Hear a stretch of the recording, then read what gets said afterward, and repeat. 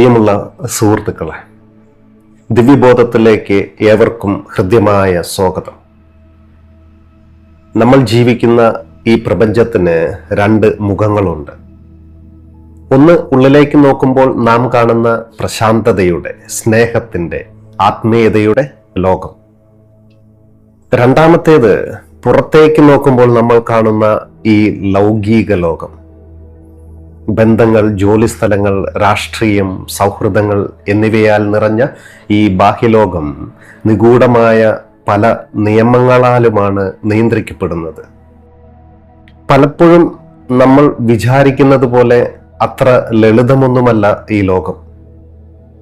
ഇവിടെ അദൃശ്യമായ അധികാരത്തിന്റെ, സ്വാധീനത്തിന്റെ, തന്ത്രങ്ങളുടെ വലിയൊരു ഗെയിം സദാസമയവും നടക്കുന്നുണ്ട്.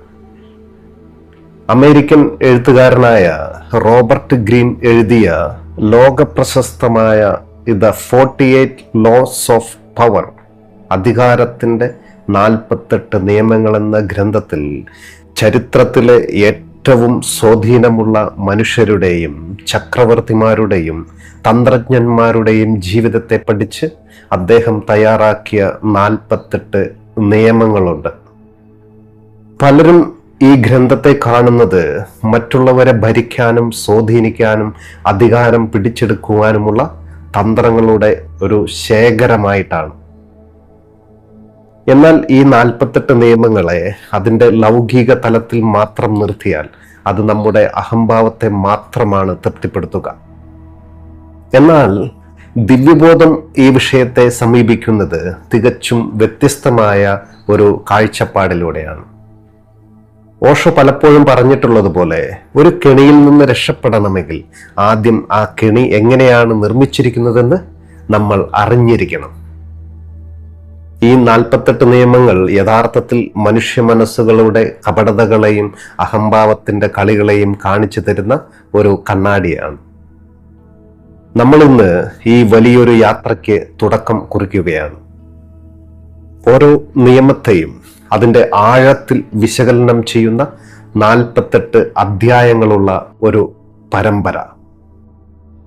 ഈ പരമ്പര കാണുമ്പോൾ നമ്മുടെ മനസ്സിലുണ്ടാകേണ്ട ബോധം എന്താണ്? ഈ നിയമങ്ങളെ നമ്മൾ എങ്ങനെയാണ് സ്വീകരിക്കേണ്ടത്?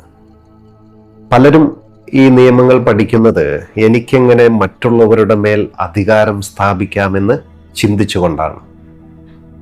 എന്നാൽ അത് നമ്മളെ കൂടുതൽ സ്വാർത്ഥതയിലേക്കും അശാന്തിയിലേക്കും മാത്രമേ നയിക്കുകയുള്ളൂ.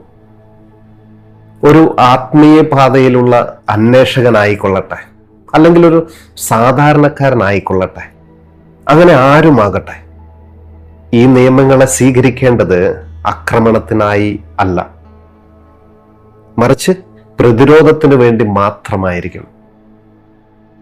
നമ്മൾ വസിക്കുന്ന ഈ ലൗകിക ലോകം ഒരു ചെസ് ബോർഡ് പോലെയാണ്. ഇവിടെ നിഷ്കളങ്കനായി ഇരിക്കുക എന്നതിനർത്ഥം തോറ്റ് തൊപ്പിയിടുക എന്നതാണ്. യേശുക്രിസ്തു തൻ്റെ ശിഷ്യരോട് പറഞ്ഞത്, നിങ്ങൾ പ്രാവുകളെ പോലെ നിഷ്കളങ്കരും പാമ്പുകളെ പോലെ വിവേകികളുമായിരിക്കുവിനെന്നാണ്. ഹൃദയം കൊണ്ട് നമ്മൾ പ്രാവുകളെ പോലെ ശാന്തരും ശുദ്ധരുമായിരിക്കണം. എന്നാൽ ബുദ്ധി കൊണ്ടും വിവേകം കൊണ്ടും ലോകത്തിന്റെ തന്ത്രങ്ങളെ തിരിച്ചറിയാൻ പാമ്പിനെ പോലെ ജാഗ്രതയുള്ളവരുമാകണം നമ്മൾ. ഈ 48 നിയമങ്ങൾ പഠിക്കുമ്പോൾ നമ്മളൊരു യുദ്ധത്തിന് തയ്യാറെടുക്കുകയല്ല ചെയ്യുന്നത്. മറിച്ച് ലോകം നമുക്കെതിരെ പ്രയോഗിച്ചേക്കാവുന്ന തന്ത്രങ്ങളെ മുൻകൂട്ടി കാണാനുള്ള ഒരു മൂന്നാം കണ്ണ് നമ്മൾ തുറക്കുകയാണ് ചെയ്യുന്നത്. മറ്റുള്ളവർ നമ്മെ ചൂഷണം ചെയ്യാതിരിക്കാൻ, നമ്മുടെ ഊർജം കവർന്നെടുക്കാതിരിക്കാൻ ഈ അറിവ് നമ്മെ സഹായിക്കും. ഇത് അധികാരത്തോടുള്ള മോഹമല്ല, മറിച്ച് ലോകത്തോടുള്ള ജാഗ്രതയാണ്. ഈ നിയമങ്ങൾ കേവലം ഒരു ഗ്രന്ഥത്തിലെ അറിവുകൾ മാത്രമല്ല. നമ്മുടെ ജീവിതത്തിൽ ഇത് എങ്ങനെ പ്രാവർത്തികമാക്കാൻ കഴിയുമെന്ന് നമുക്ക് പഠിക്കാം. ഇതിനെ 3 തലങ്ങളിലായി നമുക്ക് പ്രയോഗത്തിൽ വരുത്താൻ കഴിയും. ഒന്നാമത്തെ തലം എന്നത് ആത്മപരിശോധനയാണ്. ഈ നിയമങ്ങൾ കേൾക്കുമ്പോൾ ആദ്യം നമ്മൾ നോക്കേണ്ടത് മറ്റുള്ളവരിലേക്കല്ല, നമുക്കുള്ളിലേക്കാണ്. ഞാൻ അറിയാതെ എൻ്റെ അഹംഭാവം സംരക്ഷിക്കാൻ ഈ തന്ത്രങ്ങൾ എപ്പോഴെങ്കിലും പ്രയോഗിച്ചിട്ടുണ്ടോ? ഞാൻ എപ്പോഴെങ്കിലും അധികാരമോഹത്തിന് അടിമപ്പെട്ടിട്ടുണ്ടോ? ഇത് സ്വയം ചോദിക്കണം. സ്വന്തം മനസ്സിന്റെ ഇരുണ്ട വശങ്ങളെ തിരിച്ചറിയുകയാണ് ഇതിന്റെ ആദ്യത്തെ പടി. രണ്ടാമത്തെ തലം എന്നത് സാക്ഷിഭാവമാണ്. നമ്മുടെ ജോലി സ്ഥലത്തോ സൗഹൃദങ്ങളിലോ കുടുംബത്തിലോ ആരെങ്കിലും നമ്മെ നിയന്ത്രിക്കാൻ ശ്രമിക്കുമ്പോൾ, നമുക്ക് നേരെ തന്ത്രങ്ങൾ പ്രയോഗിക്കുമ്പോൾ പെട്ടെന്ന് ദേഷ്യപ്പെടുകയോ സങ്കടപ്പെടുകയോ ചെയ്യരുത്. അവിടെയാണ് നമ്മൾ ഈ നിയമങ്ങൾ പ്രാവർത്തികമാക്കേണ്ടത്. ഒരു സാക്ഷിയെപ്പോലെ മാറി നിന്ന് നിരീക്ഷിക്കുക. അയാളിപ്പോൾ പ്രയോഗിക്കുന്നത് 48 നിയമങ്ങളിലെ എത്രാമത്തെ തന്ത്രമാണെന്ന് തിരിച്ചറിയുക. നമ്മൾ അതറിയുമ്പോൾ തന്നെ അവരുടെ തന്ത്രങ്ങളുടെ ശക്തി അവിടെ നഷ്ടപ്പെടും. ബോധമുള്ളവനെ ചതിക്കാൻ ആർക്കും കഴിയില്ല. മൂന്നാമത്തെ തലം വിവേകത്തോടെയുള്ള നിശബ്ദതയാണ്. പല നിയമങ്ങളും നമ്മളോട് ആവശ്യപ്പെടുന്നത് സംസാരിക്കുന്നതിനേക്കാൾ കൂടുതൽ നിശബ്ദരായിരിക്കാനാണ്. ആവശ്യമില്ലാത്ത തർക്കങ്ങളിൽ നിന്നും അഹംഭാവങ്ങളുടെ ഏറ്റുമുട്ടലുകളിൽ നിന്നും മാറി നിൽക്കാൻ ഈ നിയമങ്ങൾ നമ്മെ പഠിപ്പിക്കും. ലൗകിക ലോകത്ത് ജീവിക്കുമ്പോൾ എവിടെയാണ് നമ്മൾ അതിരുകൾ വെക്കേണ്ടതെന്ന് ഈ നിയമങ്ങളിലൂടെ നമുക്ക് പ്രാവർത്തികമാക്കാം. വരും ദിവസങ്ങളിൽ നമ്മൾ യാത്ര ചെയ്യാൻ പോകുന്നത് അതിശയകരമായ 48 അധ്യായങ്ങളിലൂടെയാണ്. ഒന്നാമത്തെ നിയമം നമ്മെ പഠിപ്പിക്കുന്നത് നിങ്ങളുടെ യജമാനനേക്കാൾ കൂടുതൽ തിളങ്ങാൻ ശ്രമിക്കരുത് എന്നാണ്. അത് ഓഫീസിലായാലും ജീവിതത്തിലായാലും. മറ്റുള്ളവരുടെ ഈഗോയെ മുറിവേൽപ്പിച്ചാൽ ഉണ്ടാകുന്ന അപകടത്തെക്കുറിച്ചാണ് ഈ നിയമം പറയുന്നത്.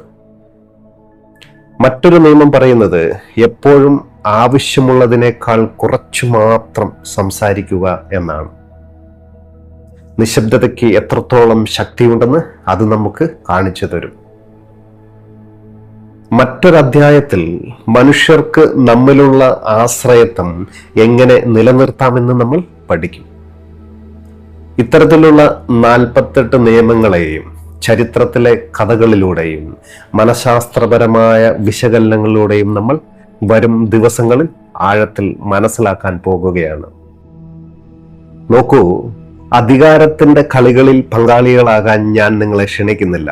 മറിച്ച് ഈ കളിയുടെ നിയമങ്ങൾ മനസ്സിലാക്കി കളിക്കളത്തിന് പുറത്തുനിന്ന് ശാന്തമായി അതിനെ വീക്ഷിക്കുന്ന ഒരു ദൃഷ്ടാവാകാനാണ് ഞാൻ നിങ്ങളെ ക്ഷണിക്കുന്നത്.